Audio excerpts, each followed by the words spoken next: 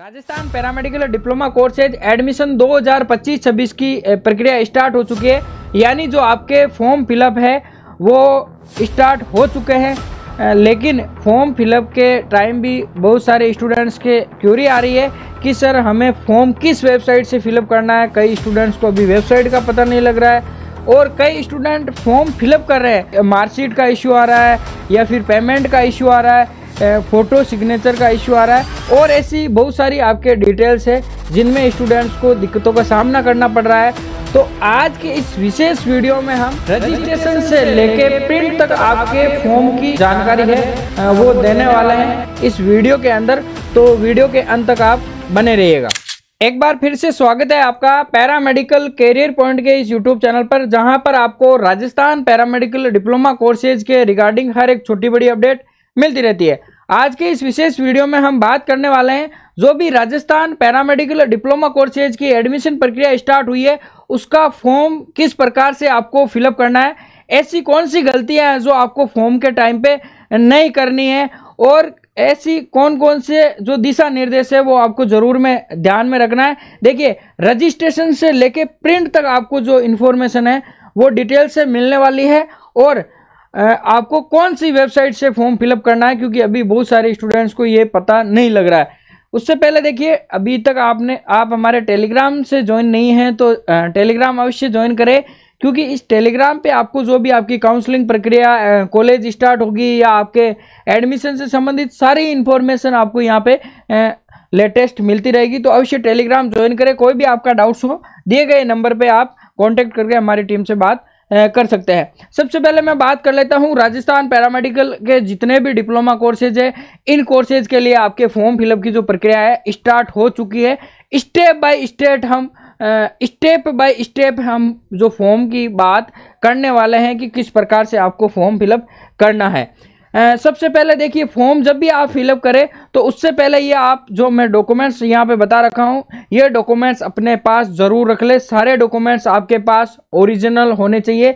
यहाँ पे नोट्स लगा के लाइन भी दे रखी है और एक डॉक्यूमेंट्स का हमने अलग से वीडियो बना रखा है, तो वो वीडियो आप जरूर से देख लीजिएगा। और जिन स्टूडेंट्स के पास ओरिजिनल डॉक्यूमेंट्स नहीं है यानी डुप्लीकेट डॉक्यूमेंट्स से वो फॉर्म भरे तो ये जो यहाँ पे दे रखा है नोटिफिकेशन ये जरूर से पढ़ ले।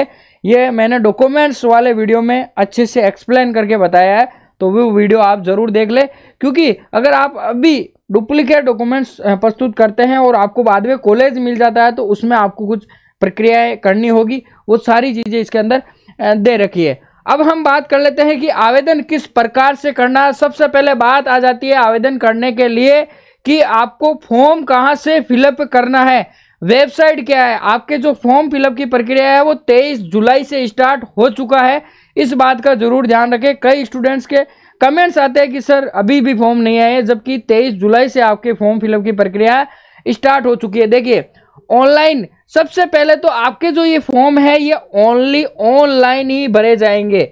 जो आपके फॉर्म है ऑफलाइन कोई भी फॉर्म है वो स्वीकार नहीं किया जाएगा। यानी प्रक्रिया है जो आपके लिए ऑनलाइन है, ऑफलाइन आवेदन स्वीकार। अब देखिए, ऑनलाइन आवेदन अभ्यर्थी काउंसिल की वेबसाइट, कौन सी काउंसिल सर?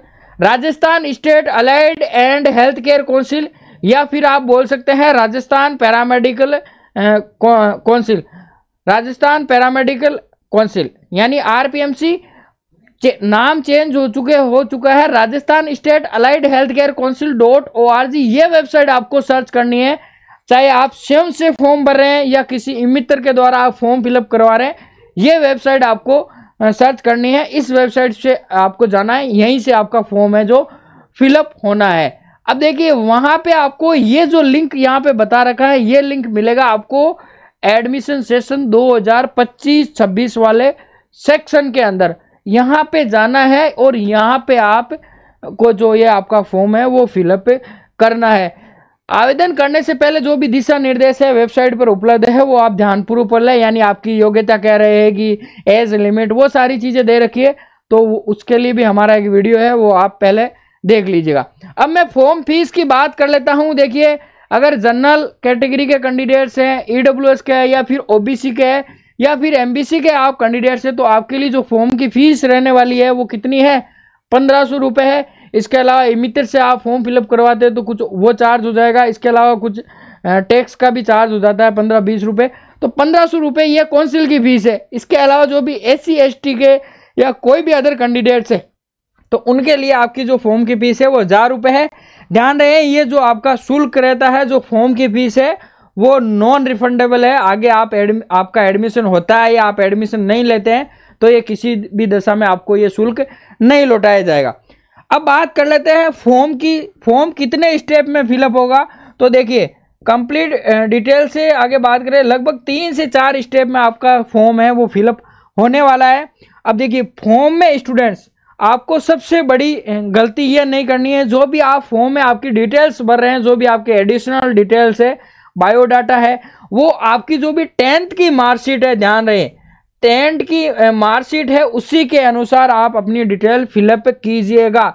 जो आपकी 10th की मार्कशीट के अंदर डिटेल्स है वही आपको फिलअप करनी है, क्योंकि उसी के अनुसार आपका जब आपको कॉलेज अलॉटमेंट हो जाता है तो उसी डिटेल से आपका मैच किया जाता है। 10th की मार्कशीट जरूर से ध्यान रखें।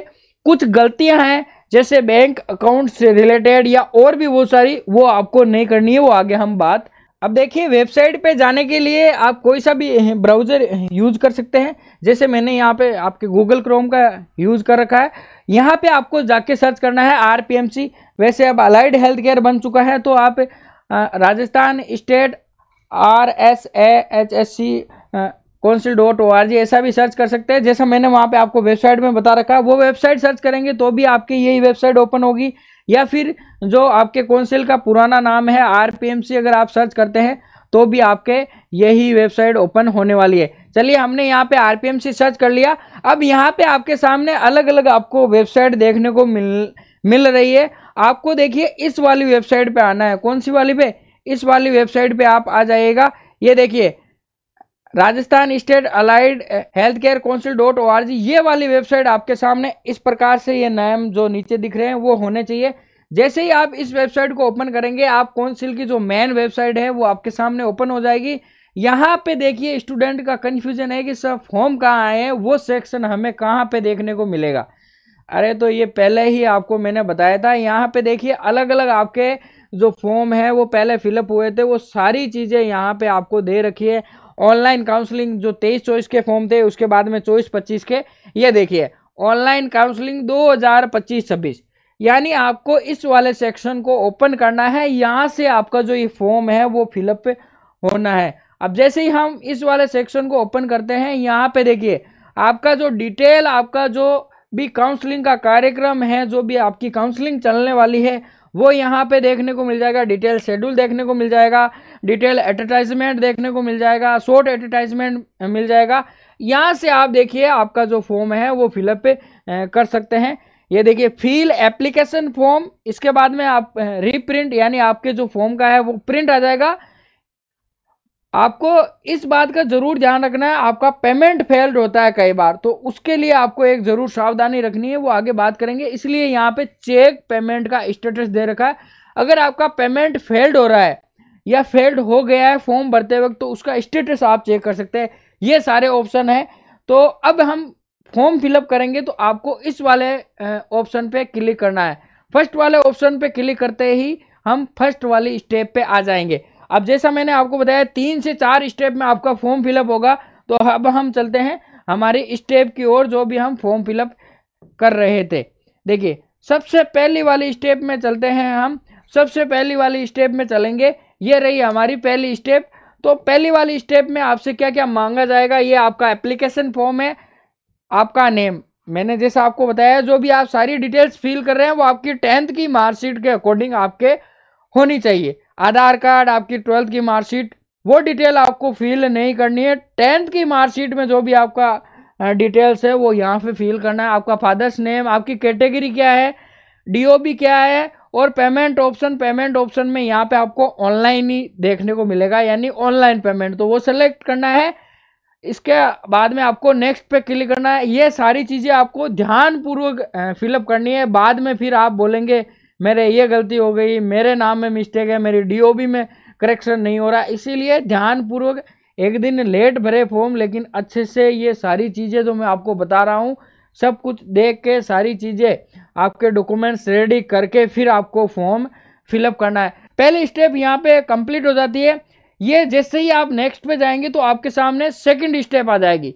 सेकंड स्टेप के अंदर देखिए, सेकंड स्टेप आ जाएगी और सेकंड स्टेप के अंदर भी आपके यहाँ पे दे रखा है। देखिए, कृपया आवेदन पत्र भरने से पूर्व इंफॉर्मेशन ब्राउजर को ध्यान पूर्वक पढ़ लेवे। डिटेल से इंफॉर्मेशन ब्राउजर भी दे रखा है, मतलब यानी जितनी भी डिटेल्स है वो आपको ध्यान पूर्वक पढ़ लेनी है। वैसे मैं बता रहा हूँ तो आप अब कोई गलतियां नहीं करेंगे। देखिए, do not use Shrimati, miss, missus, ये सारे डॉक्टर, कुमारी, ये सारे जो नेम हैं वो आपको नहीं लेने हैं। डू नॉट यूज, ये आपके जो भी नाम है उसके आगे नहीं लगाना, जैसे मिस्टर राहुल, मिस्टर जितेंद्र, ऐसे कुछ नाम आपको यहाँ पे नहीं लेने। देखिए, mother's name, father's name, candidate's name, ये सारे आपके 10th की मार्कशीट के अनुसार, मैंने जैसे आपको बता दिया, आपकी डिटेल्स 10th की मार्कशीट के अनुसार होनी चाहिए। यहाँ पे आपका नाम आ जाएगा, फादर्स नेम आ जाएगा जो आपने पहले फिलअप किया था। मदर्स नाम यहाँ पे आपको फिर से फिलअप करना है क्योंकि पहले आपने फिलअप नहीं किया था। अब देखिए, यहाँ पे आपका फोटो अपलोड होना है और यहाँ पे आपके सिग्नेचर अपलोड होना है। तो आपकी जो फोटो है रंगीन पासपोर्ट साइज फोटो, उसकी जो साइज है 100 KB तक होनी चाहिए और हस्ताक्षर की अधिकतम साइज है 50 KB, यानी उससे कम ही होनी चाहिए, इससे ज़्यादा आपकी साइज नहीं होनी चाहिए। कई स्टूडेंट कहते हैं सर मेरी फोटो अपलोड नहीं हो रही, कई बोलते हैं मेरे सिग्नेचर अपलोड नहीं हो रहे। अरे उनकी साइज देखिएगा आप, साइज आपके किस फॉर्मेट में है और कितने KB तक है। फॉर्मेट भी यहाँ पे दे रखा है, JPG, BM, ये अलग अलग फॉर्मेट है जिसमें आपकी साइज होनी चाहिए। फोटो और सिग्नेचर अपलोड होते ही आपको यहाँ पे शो हो जाएंगे। उसके बाद में आपको नेक्स्ट वाले इस पे क्लिक करना है। जैसे ही आप नेक्स्ट पे क्लिक करेंगे तो आपके सामने आपका थर्ड स्टेप ओपन हो जाएगा। यहाँ पे आपकी फोटो आपको शो हो जाएगी, यहाँ पे आपके जो हस्ताक्षर है, सिग्नेचर है, वो शो हो जाएंगे। देखिए, यहाँ पे रेड कलर में आपको लाइन भी दिखेगी, कृपया सुनिश्चित करें कि आपके द्वारा अपलोड किए गए फोटो एवं हस्ताक्षर सही है, क्योंकि भविष्य में इनमें कोई परिवर्तन नहीं किया जा सकेगा। ध्यान रहे, जो आप रेगुलर आपके सिग्नेचर करते हैं वही सिग्नेचर का यूज कीजिएगा, बाद में इनमें कोई परिवर्तन नहीं किया जा सकता है। यहाँ पे देखिए, क्लियर दिशा निर्देश है। जो मैं ये बातें बता रहा हूँ ना, ये गलतियां आपको भूलकर भी नहीं करनी है, जरूर से ध्यान रखना है। आगे देखिएगा, यहाँ पे दे रखा है, kindly fill your correct mobile number and email address, further correspondence during the counselling process would done on the same. यानी कि जो अब आप मोबाइल नंबर और जो आपकी ईमेल आईडी आप फिलअप करें वो भी बिल्कुल करेक्ट कीजिएगा। यानी जो आपकी रन है ईमेल आईडी वो फिलअप कीजिएगा, जो आपके रन में मोबाइल नंबर है जिससे आपकी बात वगैरह होती है, मैसेज वगैरह आते हैं, वो आप फिलअप कीजिएगा, क्योंकि आगे जो भी काउंसलिंग प्रक्रिया होगी सारी अपडेट आपको उसी मोबाइल नंबर और उसी ईमेल पे मिलने वाली है, जो भी अपडेट रहेगी। यहाँ पे आपका फादर्स नेम आ गया, मदर्स नेम आ गया, ये आपको सारी डिटेल्स जो आपने पहले फिलअप की है वो ऑटोमेटिक आ जाएगी। नहीं आ रही है तो कोई बात नहीं, आप फिर से फिलअप कर दीजिएगा। और देखिए, यहाँ पे जितने भी ये स्टार मार्क वाले चिन्ह आ रहे हैं ना, ये सारी डिटेल्स आपको फिल करना अनिवार्य है। अगर एक भी स्टेप आप मिस करते हैं तो आपका फॉर्म ही फिलअप नहीं होगा, इस बात का जरूर ध्यान रखें। उसके बाद में आपका जेंडर आपको यहाँ पे सेलेक्ट करना है, फिर आप मैरिड है या अनमैरिड ये आपको सेलेक्ट करना है। अगर मैरिड है तो फिर आपके आप जो भी है आपके हस्बैंड का नाम, जो भी आपकी जन्म तिथि है, वो सारी चीज़ें आपको यहाँ पे फिलअप करनी है। अगर आप यहाँ पे अनमैरिड फिलअप करेंगे तो ये आपके ऑटोमेटिक ही आपका जो सेक्शन है वो ओपन, ये फोल्डर है वो ओपन नहीं होगा। ये सारी चीज़ें फिलअप करने के बाद, बेसिक डिटेल कैंडिडेट करने के बाद, यहाँ पे देखिए क्या आ रही है, बोनाफाइड डिटेल, यानी आपका जो मूल निवास प्रमाण पत्र है उसकी डिटेल आपको फिलअप करनी है। कौन सा स्टेट से आप फॉर्म फिलअप कर लें, मोस्टली स्टूडेंट राजस्थान से ही करेंगे, तो राजस्थान के आप मूल निवासी है वो आपका यहाँ पे आपको सेलेक्ट करना है। स्टेट ऑफ बोनाफाइड, कौन से स्टेट का आप बोनाफाइड लगाएंगे। इसके अलावा आपका डिस्ट्रिक्ट, कौन सा डिस्ट्रिक्ट से आपका बना हुआ है, ये आपको सेलेक्ट करना है। सेलेक्ट करने के बाद आपके उसके जस्ट नीचे आपको दिखेगा कैंडिडेट्स कैटेगरी। अब कैंडिडेट्स के रिगार्डिंग कुछ डिटेल्स आएगी, आपकी कैटेगरी क्या है, general, EWS, OBC, SC, ST, ठीक है। क्या आप निम्नलिखित क्षेत्र से बिलोंग करते हैं, ओनली ST कैंडिडेट्स के लिए ये फोल्डर है। अगर आप ST कैंडिडेट्स पहले चॉइस करेंगे तो यहाँ पे ये सेक्शन खुल जाएगा और यहाँ पे आपके कुछ क्षेत्र दिखाई देंगे, वो आपको सेलेक्ट करना है। नहीं है तो आप नो का ऑप्शन कर लीजिएगा। तलाकशुदा है तो वो ऑप्शन, विधवा, ये सारे ऑप्शन नो ही आएंगे। वैसे कोई है इस कैटेगरी से फॉर्म फिलअप करना है तो उनको यस में करना होगा। इसके अलावा देखिए WTP कैंडिडेट, BWPP, इसके अलावा शारीरिक रूप से अगर आप विकलांग है और उससे फॉर्म फिलअप कर रहे हैं, ध्यान रखें अगर आप विकलांग श्रेणी से फॉर्म कर रहे हैं तो आपकी जो विकलांगता श्रेणी है वो 40% तक होनी चाहिए, यानी 40% तक आपके पास डॉक्यूमेंट है, उससे अबो आप विकलांग है तो ही आपके फॉर्म फिलअप करें। कि सर मैं अगर ऐसे कर दूं तो क्या होगा, बाद में ध्यान रखें आपके दिक्कत आ सकती है, क्योंकि आपका जो सर्टिफिकेट है वो जो भी SMS मेडिकल प्रमाण बोर्ड है वहाँ से सत्यापित करवाया जाएगा, उसके बाद में ही आपको इस कैटेगरी में इंक्लूड किया जाएगा। ठीक है, इसके अलावा विकलांगता का प्रकार, इसके अलावा यहाँ पे जो भी आपका धर्म है वो सेलेक्ट करना है। इसके अलावा अल्पसंख्यक से आते हैं तो वो, इसके अलावा पिछड़ा क्षेत्र से आते हैं। एनुअल इनकम आपको सिलेक्ट करनी है, यानी सालाना आय आपकी क्या है वो यहाँ पे आपको फिलअप करनी है। इसके बाद में जस्ट नीचे आपके क्रॉसपोंडेंस डिटेल दिखेगी, यानी आपके एड्रेस दिखेगा, पोस्ट ऑफिस का पता दिखेगा, राज्य, जिला, पिन कोड, ईमेल आईडी और फ़ोन नंबर बिल्कुल आप करेक्ट फिल कीजिएगा जो भी यहाँ पे दे रखा है। फ़ोन नंबर आपको फिलअप करने अनिवार्य नहीं है, देखिए यहाँ पे स्टार मार्क नहीं दे रखा, जो स्टार मार्क वाली चीज़ें हैं वो अनिवार्य रूप से आपको फिल करनी है। फिर आपके आधार नंबर, और देखिए सीनियर सेकेंडरी टाइप, यहाँ पे आपके दो चीज़ें आपको दिखेगी, या तो CGPA या फिर आपके दिखेगा कुछ ग्रेड के अंदर ऐसा कुछ दिखेगा नॉन CGPA, यानी जिनके 12th के अंदर ग्रेड नहीं है वो नॉन CGPA में आएंगे, और जिनके ग्रेडिंग हो रखी है वो CGPA में। ये CBC बोर्ड वालों के लिए ऑप्शन है, बाकी मोस्टली स्टूडेंट RBC बोर्ड से फिलअप करेंगे तो यहाँ पे नॉन CGPA आएगा। देखिए कृपया अपना सही मोबाइल नंबर, ईमेल भरे, काउंसलिंग प्रक्रिया के दौरान आगे का पत्राचार उसी पे किया जाएगा। यहाँ पे और डिटेल से दे रखा है कि आपको मोबाइल नंबर और जो आपकी ईमेल आईडी है वो सही सही फिलअप करनी है। वेरी इंपॉर्टेंट बात आगे आ जाती है, आपका बैंक अकाउंट डिटेल्स। ध्यान रहे आप जब भी फॉर्म भरें तो आपकी जो बैंक अकाउंट की डिटेल्स है वो सही सही फिलअप करें। क्यों सर, आगे काउंसलिंग होगी, काउंसलिंग के टाइम आपसे 10,000 रुपये लिए जाएंगे। अगर आपका बाय द वे किसी कारणवश एडमिशन नहीं होता है या आप एडमिशन में इंटरेस्ट नहीं रखते हैं तो जो भी काउंसलिंग फी है रिफंड होने वाली है वो इसी अकाउंट में होने वाली है, कोई भी आप चेंजेस नहीं कर पाएंगे। तो बिल्कुल आप ये जो आपका बैंक अकाउंट का डिटेल है वो सही सही फिलअप करें। ध्यान रहे सबसे पहले तो अगर अभी तक आपका बैंक में अकाउंट नहीं है तो वो जरूर से ओपन करवा लीजिएगा।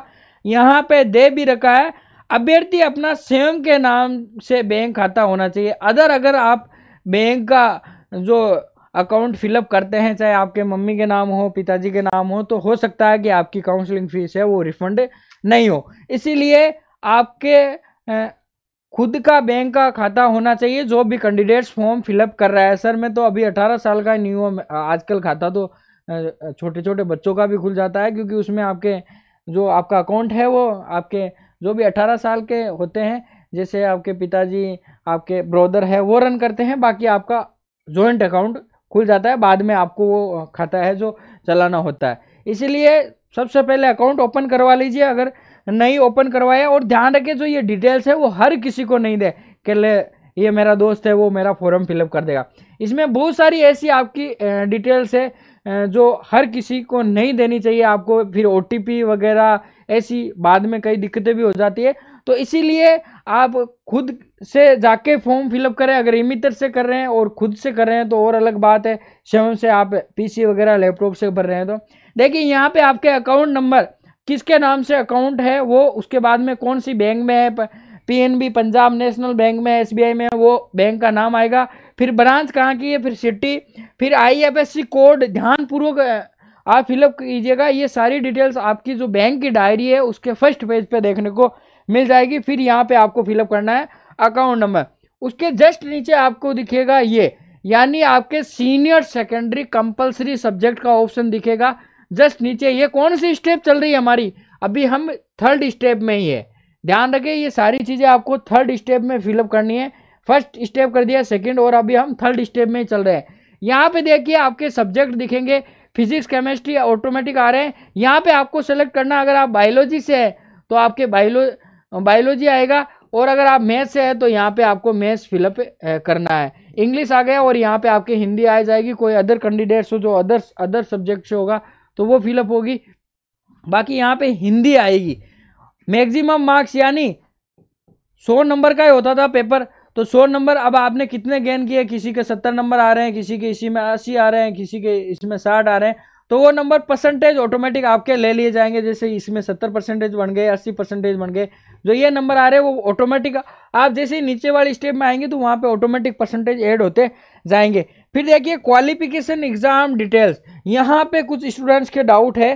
देखिए सेकेंडरी यानी कि आपकी जो भी 10th की मार्क्स सेकेंडरी के अंदर जो आपके वो है वो चीज़ें भरनी है आपको। सबसे पहले स्टेट, कौन से स्टेट से आप पास आउट है, राजस्थान से है तो राजस्थान आ जाएगा। बोर्ड, अगर मैं राजस्थान में बोर्ड की बात करूं तो आपका आता है BSER। ये सर BSER क्या है, यानी board of secondary education Rajasthan, या फिर आप RBSE भी फील कर सकते हैं। आपकी जो 10th की मार्कशीट है या 12th की मार्कशीट है उसके ऊपर अच्छे से दे रखा है, ध्यान रहे, वो आप फिलअप कर दीजिएगा। कौन से बोर्ड से आपने 10th या 12th आपके पास आउट किए, कौन से ईयर में जो आपका ये 10th है वो पास आउट है, वो ईयर आपकी मार्कशीट के ऊपर देखने को मिलेगा। 10th में रोल नंबर क्या थे, किस टाइप में आप पास आउट हुए हैं, जैसे मैंने अभी बताया था। अगर आप वहाँ पे नॉन CGPA सेलेक्ट करते हैं तो ऑटोमेटिक यहाँ पे आपके नंबर आ जाएंगे। जैसे 500 नंबर का शायद 10th होता होगा राजस्थान के अंदर, RBSE जो भी आपकी मार्कशीट पे मैक्सिमम यहाँ पे वो सेलेक्ट कर रहे हैं, यहाँ पे आएंगे मार्क्स। ये जैसे राजस्थान में शायद 500 नंबर का होता है, तो 500 नंबर फिर कितने गेन किए आपने, 300 किए, 400 किए, टोटल मार्क्स से फिर परसेंटेज ऑटोमेटिक आ जाएंगे। यहाँ पे आ गया सीनियर सेकेंडरी, यानी आपके 12th के कौन से स्टेट से आप 12th पास आउट है। कई स्टूडेंट्स तो ऐसे होते हैं जो 10th अलग स्टेट से पास आउट है, फिर 12th उन्होंने अलग स्टेट से पास आउट किया, तो वो सारी चीज़ें आपको सही सही से यहाँ पे फिलअप करनी है। रोल नंबर हो गया, टाइप में किस टाइप में पास आउट है आप, फिर मैक्सिमम मार्क्स, ये कितने मार्क्स में आपने गेन किए, फिर ये परसेंटेज, ये आपकी क्वालिफिकेशन डिटेल होगी। ध्यानपूर्वक फिलअप करनी है, क्योंकि क्वालिफिकेशन डिटेल से ही आपकी जो मेरिट लिस्ट है वो आगे बनेगी। उसके बाद में देखिए आपका माइग्रेशन डिटेल यानी स्थानांतरण विवरण, वेरी इंपॉर्टेंट है, ध्यान रहे। ये डिप्लोमा कोर्सेज के फॉर्म है, तो जहाँ तक है आपके 12th का ही आपको माइग्रेशन यहाँ पे देना है, क्योंकि 12th के बाद ही है आपके डिप्लोमा होना है। कौन से स्टेट का आपके माइग्रेशन है, जहाँ से आपने अंतिम शिक्षा प्राप्त की है, माइग्रेशन इश्यू अथॉरिटी, इसके अलावा migration serial number, issue date और पासिंग ईयर। ध्यान रखिए यहाँ पे आप ऐसे नहीं है, आप ग्रेजुएशन का भी माइग्रेशन दे सकते हैं, जरूरी नहीं कि आप दे, लेकिन आपके पास जो माइग्रेशन है वो आपको बाद में वो ओरिजिनल देना पड़ेगा जब भी आपकी कॉलेज रिपोर्टिंग होगी।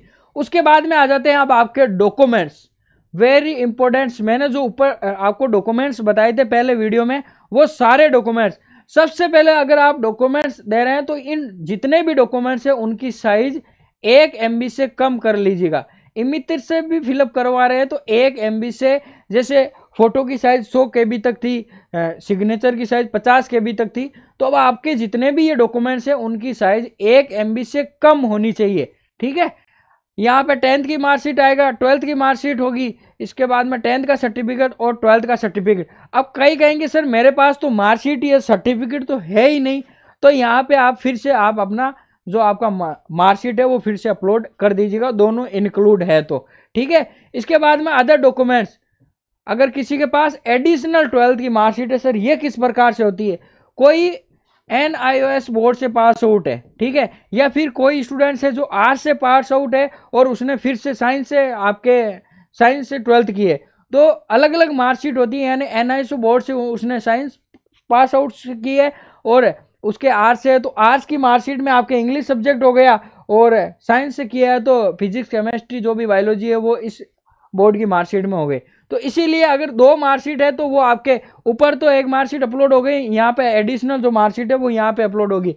डोमिसाइल सर्टिफिकेट आ गया, यहाँ पे कैटेगरी का सर्टिफिकेट हो गया, AWS सर्टिफिकेट, OBC, ये सारा। अगर आप शेरिया सर्टिफिकेट है आपके पास तो वो यहाँ पे आपका आधार कार्ड वो उसकी प्रति है वो अपलोड करनी है। सेव एंड प्रोसीड पे आपको क्लिक कर देना है। ये सारे डॉक्यूमेंट्स की साइज है वो 1 MB से कम होनी चाहिए। जैसे आप इस पर क्लिक करेंगे तो आपके पास फिर से एक यहीं पे आपका फॉर्म ओपन होगा और आपके पास एक वेरीफाई का ऑप्शन आएगा। देखिए अगर आपको यहाँ पे दिख रहा है या नहीं दिख रहा है वेरीफाई, तो अब आपको क्या करना है, वेरीफाई कर देना है। सबसे पहले आपके जो भी ये है सारी चीज़ें आपको देख लेनी है और वेरीफाई करना है। वेरीफाई आप जैसे ही करेंगे तो अब आपसे क्या मांगा जाएगा, आपका लास्ट स्टेप है ये। लास्ट स्टेप आपके सामने शो हो जाएगा पेमेंट इनवॉइस। पेमेंट इनवॉइस का मतलब है अब आपको फॉर्म की फीस पे करनी है। फॉर्म तो आपका सबमिट हो गया, सारी डिटेल्स आपने फिलअप कर दी, लेकिन वो डिटेल्स आपको यहाँ पे शो होगी और यहाँ पे आपका एप्लीकेशन नंबर है वो जनरेट हो जाएगा। यानी मैं बात करूँ, आपका अब फॉर्म नंबर है वो जारी हो चुका है। इस बात का जरूर ध्यान रखें, ये जो यहाँ पे पेमेंट इनवॉइस आएगा ये फाइनल आपकी स्लिप नहीं है, ये स्लिप आपको अलग से मिलने वाली है बाद में, लेकिन यहाँ पे आपको फॉर्म नंबर मिल चुका है।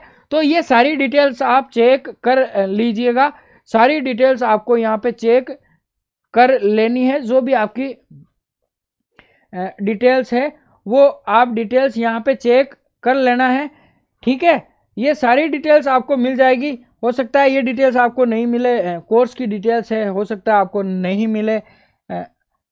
आपको यहाँ पे ओनली फॉर्म की फीस है जो आपको यहाँ पे दिखेगी, तो ये आपको फीस पे करनी है। अगर मैं जनरल ओबीसी कैंडिडेट्स की बात करूँ तो 1500 रुपये, कुछ एडिशनल चार्ज टैक्स वगैरह का आ सकता है। तो ये सारी डिटेल्स आपको चेक कर लेनी है। फिर मेक पेमेंट का एक ऑप्शन आएगा, मेक पेमेंट। तो मेक पेमेंट है जो आपको यहाँ पे करना है, इस पे जाएंगे तो क्रेडिट कार्ड, डेबिट कार्ड उससे पेमेंट कीजिएगा, या जो भी आपका ऑनलाइन जो भी सुविधा अनुसार है पेमेंट कीजिएगा। इस बात का विशेष रूप से आपको ध्यान रखना है, अगर आप जो भी पेमेंट कर रहे हैं ये पेमेंट आप इमितर से भी कर सकते हैं, इमितर से भी कर सकते हैं। क्यों? क्योंकि ये पेमेंट होता है जो आपके नॉन रिफंडेबल रहने वाला है फॉर्म की फीस। आगे का जो अलग से पेमेंट होगा जब काउंसलिंग होगी, वो पेमेंट की हम बात करेंगे। वो पेमेंट आप जितनी पॉसिबिलिटी हो स्वयं से करें।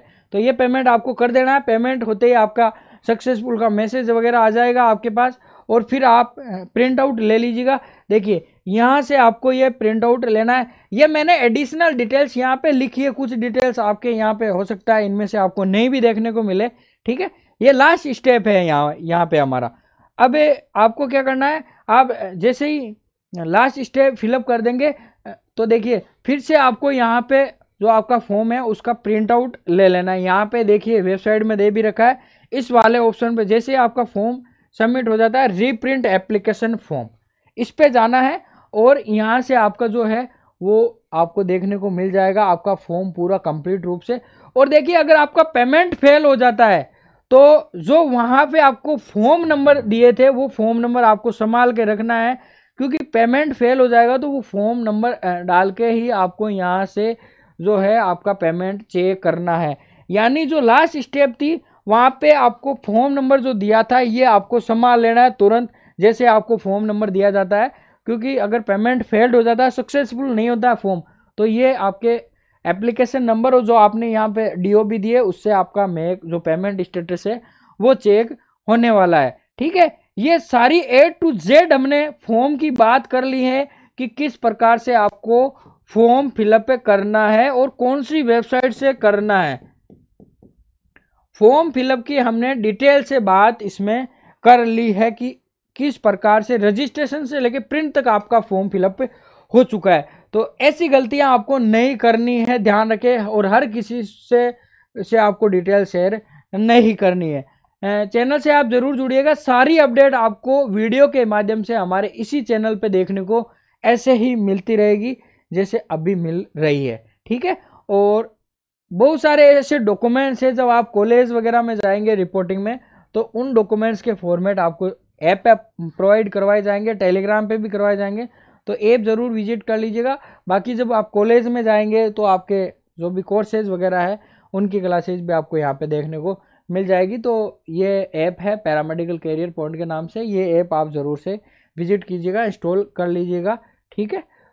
ऐसे ही नए वीडियो में मिलेंगे। वीडियो पसंद आए तो वीडियो को लाइक करें और अपने दोस्तों के साथ ज़रूर शेयर करें जो पैरामेडिकल डिप्लोमा कोर्सेज का फॉर्म फिलअप करने वाला है, ठीक है, या करने की सोच रहा है, ज़रूर उसके साथ शेयर कीजिएगा। धन्यवाद।